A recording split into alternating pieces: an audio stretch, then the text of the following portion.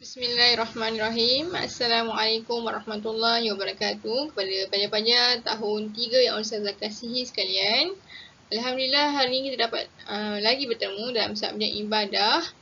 Dan hari ini kita akan sambung pada subtopik yang seterusnya, iaitu cara bertayamum. Jadi pelajar yang ada buku teks, awak semua boleh buka buku teks muka surat 18. Baiklah, sebelum Ustazah memulakan kelas kita hari ini, marilah kita bersama-sama membaca doa sebelum belajar. Bismillahirrahmanirrahim. Allahumma ftah alaina hikmataka wa ansyur alaina min khazaini rahmatika ya arhamar rahimin. Amin. Hasil pembelajaran yang murid-murid akan dapat hari ini ialah murid dapat memahami cara-cara bertayamum dengan baik.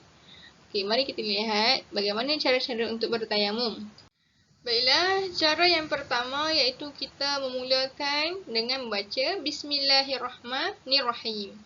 Kemudian yang kedua, berniat hendaklah bertayamum semasa menepuk tangan ke debu. Okey, kita niat semasa letak tangan ke debu tu Niat dia, okey, lihat gambar rajah tersebut.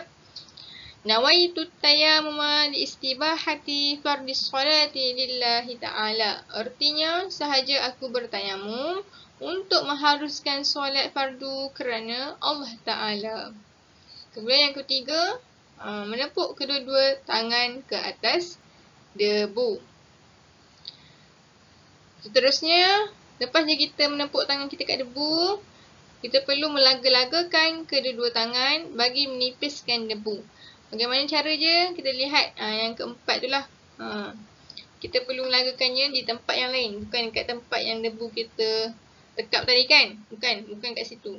Kita perlu menipiskan di bahagian lain. Okay? Supaya debu itu sentiasa bersih dan suci. Kemudian, yang kelima, sapu ke seluruh muka.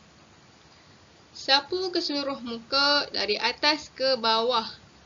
Okey, dari atas dahi hingga ke dagu dan dari telinga kanan hingga ke telinga kiri. Okey, kita lihat yang A ni. Okey, A bahagian muka yang perlu disapu. Okey. Tengok di bahagian A ni yang bulatan tu kan. Itu adalah bahagian muka yang perlu disapu. Manakala yang B, sapu muka dengan kedua-dua tapak tangan dari atas ke bawah.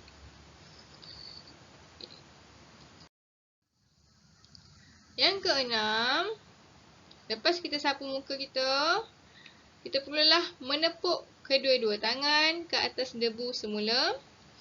Kemudian, yang ketujuh, melaga-lagakan kedua-dua tapak bagi menipiskan debu. Okey, ni lepas kita tekap kita punya tangan ke debu tu, tapak tangan ke debu, kita perlu menipiskanlah seperti biasa, menipiskan di bahagian yang lain. Okey? Okey? Seterusnya, yang ke-8, sapukan tangan kanan. Okey, tengok gambar rajah A. Tekapkan tapak tangan kiri ke bahagian belakang tangan kanan. Okey, maksudnya kita sapu dulu bahagian kanan. Okey, letak bahagian kiri tu, sapu bahagian kanan dahulu. Kemudian, lihat gambar rajah B. Sapu hingga ke paras siku. Tengok gambar rajah tersebut. Kemudian, tengok gambar rajah C.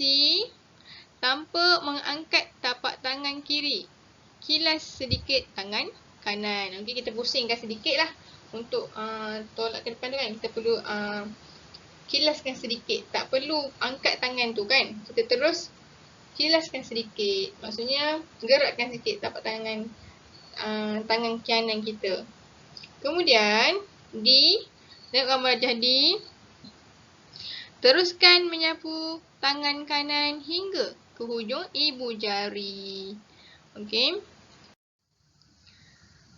Seterusnya yang ke-9, sapukan tangan kiri. Okey, ini sama sahaja cara-cara dia. Okay, lihat gambar rajah A. Tekapkan tapak tangan kanan ke bahagian belakang tangan kiri. Kemudian, gambar rajah B. Lihat gambar rajah B. Sapukan hingga ke paras siku. Kemudian, tanpa mengangkat tapak tangan kanan, kilas sedikit sahaja tangan kiri. Terusnya yang terakhir, teruskan menyapu tangan kanan hingga ke hujung ibu jari. Okey.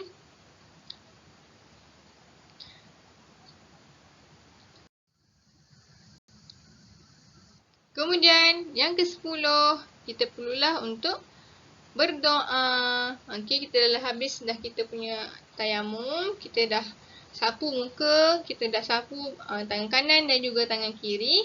Kemudian kita pula untuk berdoa. Okey, selepas bertayamum kita berdoa seperti doa selepas wudu.